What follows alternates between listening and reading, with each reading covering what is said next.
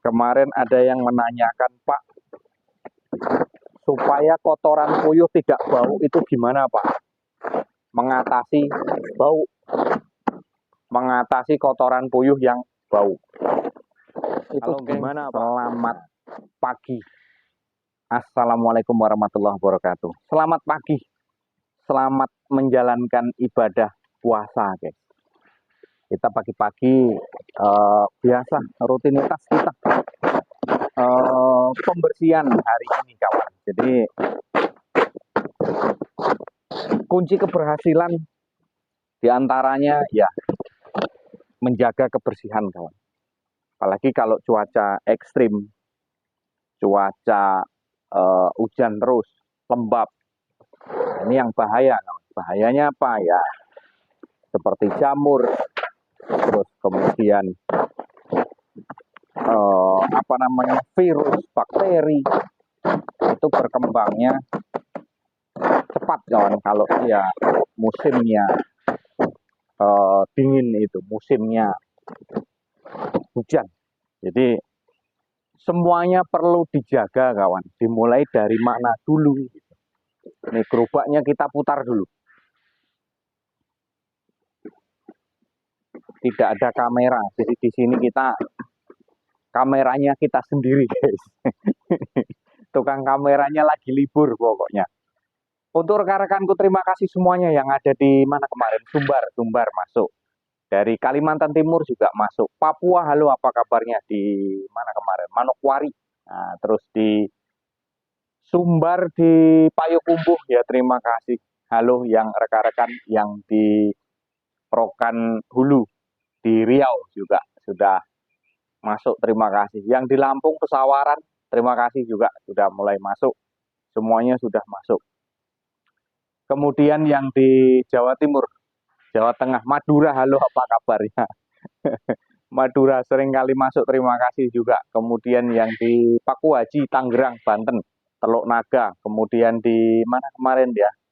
Di Tangerang ya. Kemarin ada yang tanya, guys. Jadi, nah ini bingung saya jadinya. Kemarin ada yang menanyakan, Pak, supaya kotoran puyuh tidak bau itu gimana, Pak? Mengatasi bau, mengatasi kotoran puyuh yang bau. Itu gimana, Pak? Nah, itu ada pertanyaan seperti itu kemarin itu kalau tidak salah masuk. Saya cari-cari pertanyaannya sudah agak lama sih ya. Mohon maaf sekali kadang kalau lama nggak dibalas, kalau lama nggak dijawab ya karena kita juga yang diurus banyak juga, guys. Jadi kalau untuk kotoran bau gimana, Pak? Kalau yang namanya kotoran itu tetap bau ya. Kalau kotoran itu tetap bau. Tetap bau. Namanya kotoran itu tetap bau. Cuman antara di sini ini gimana ya? Nah ini, kalau bisa kan kotoran itu agak kering, kawan. Nih, nampak enggak ya? Kelihatan enggak ya? Kering kotoran itu. Jadi kalau kotoran itu kering, itu agak berkurang lah baunya. Kalau bau tetap bau, kawan, tetap bau. Yang namanya kotoran apapun itu ya tetap bau. Terus kandang itu kalau yang namanya baunya nyengat, berpengaruh, kawan. Pengaruh ke produksinya, pengaruh ke kesehatannya, banyak pengaruhnya. Nah, supaya tidak bau gimana? Ya kalau bau tetap bau ya, cuman mungkin agak mengurangi baunya lah. Bisa juga menggunakan E4, bisa juga. Menggunakan E4 ini bisa juga. Dicampurkan ke minuman boleh juga. Dicampurkan, disemprotkan ke kotoran boleh juga. Maunya yang mana gitu. Kalau kawan-kawan biasanya itu dicampurkan ke makanan, ke minuman. Biasanya ke minuman, bukan ke makanannya.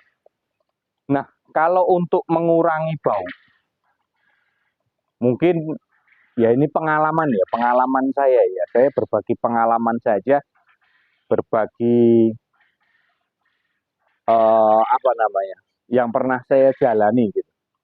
Jadi kalau mengurangi bau, kalau menurut saya yang pertama, perhatikan kotorannya. Kalau kotorannya itu becek, lembab, lembek kotorannya itu pasti bau kawan. Itu bau.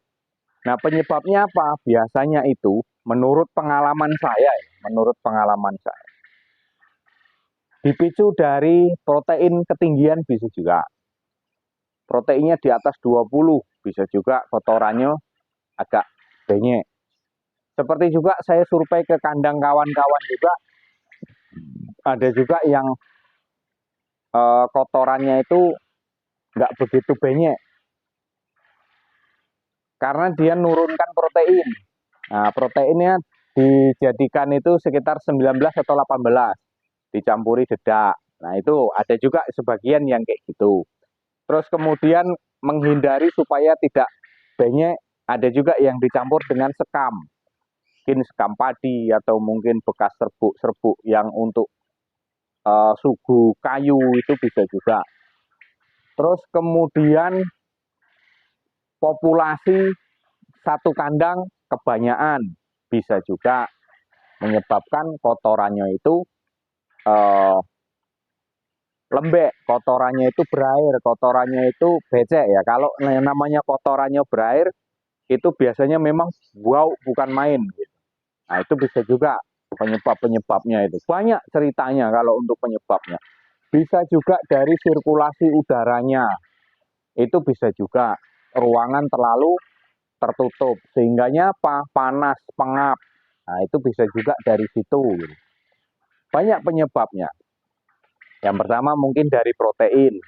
Ketinggian bisa juga. Ya kan? Kemudian yang kedua itu bisa jadi populasi yang di dalam itu kepadatan. Nah, itu bisa juga menjadi penyebabnya. Terus kemudian sirkulasi udaranya mungkin kurang. Jadi angin itu nggak bisa menembus ke dalam kandang, sehingganya kotoran itu nggak mau kering. Itu bisa juga penyebabnya seperti itu. Kalau yang namanya bau biasanya ya memang bau, tapi setidaknya memang betul kita harus mengurangi bau itu supaya amoniaknya itu nggak terlalu menyengat. Kalau amoniak terlalu menyengat, ya kalau kita misalkan kita dekat kandang seperti ini, dia terlalu nyengat, dia terlalu tuh terasa di muka kita itu terasa, rasanya itu agak kita hirup itu agak nyengat memang. Nah, itu. Kalau untuk menghindari tidak bau, ya itu tadi pakai empat bisa juga. Kemudian perbaiki sirkulasi udaranya.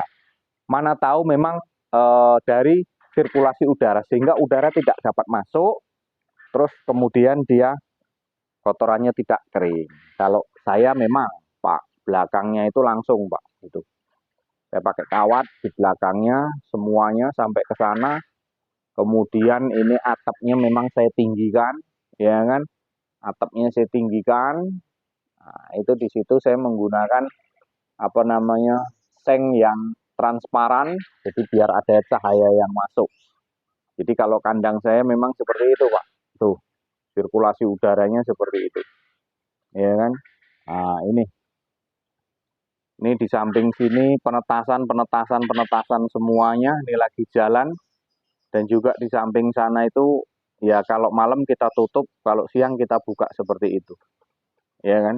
Nah, itu sirkulasi jadi biasanya biarkan angin itu masuk lebih leluasa, Pak. Kalau dia nggak leluasa, seperti sebagian kandang-kandang yang saya temukan di tempat kawan-kawan yang ada di Jambi, itu banyak juga yang terlalu rapat, Pak. Sehingga kita masuk ke kandang itu pengap, ya. Banyak itu, nggak, bukan hanya satu atau dua kandang yang ketika saya kunjungan ke kandang kawan-kawan itu ada juga yang sebagian memang tertutup ya sehingga menyebabkan bau pengap, kotorannya nggak kering, kemudian bau.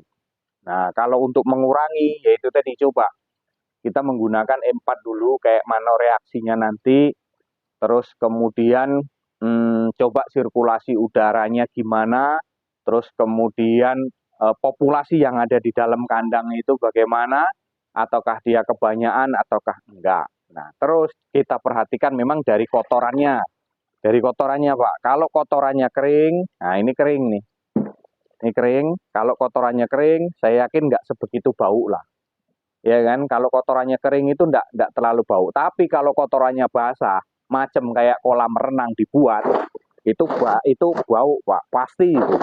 Di mana-mana saya temukan kalau yang kandang-kandang kawan yang ada di Jambi, kalau kotorannya basah, itu bau. Dan juga saya masuk ke kandangnya, kadang-kadang saya nggak tahan juga gitu loh. Ya, saya nggak tahan juga. Terus yang paling utama, kalau memang kotorannya terlalu bau, ya sekiranya sering-sering dibersihkan. Nah ini sering-sering dibersihkan. Kalau saya biasanya 2 hari sekali saya bersihkan gitu loh.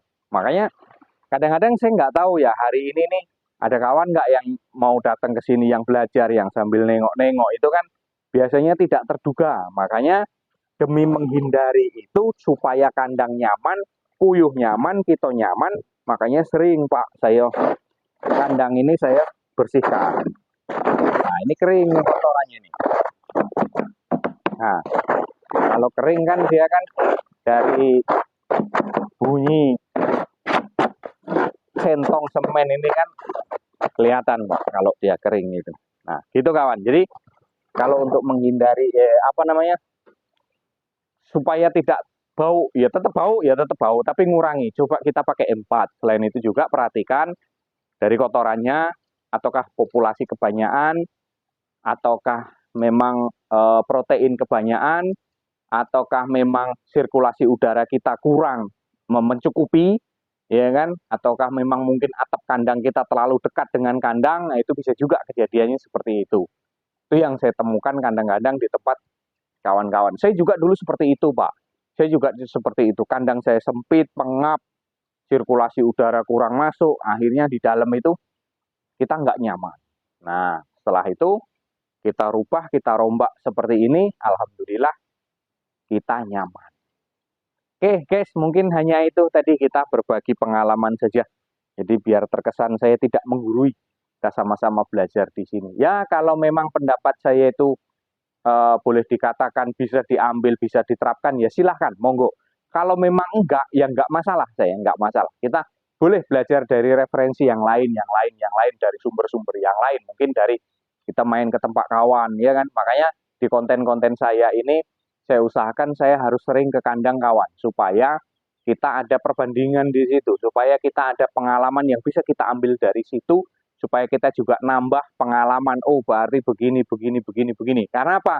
Lain kandang itu lain daripada yang lain gitu loh. Jadi kita mencari yang kenyamanan kita itu di mana, kan gitu. Kita sama-sama belajar. Bukan berarti kita nuntut ilmu tuh harus satu guru dulu ya, enggak. Kita cari belajar dari referensi yang lain juga, dari sumber-sumber yang lain juga. Oke, mungkin hanya itu rekanku. Terima kasih. Selamat menjalankan ibadah puasa. Ya, salam ceketer dari Jambi. Wassalamualaikum warahmatullahi wabarakatuh.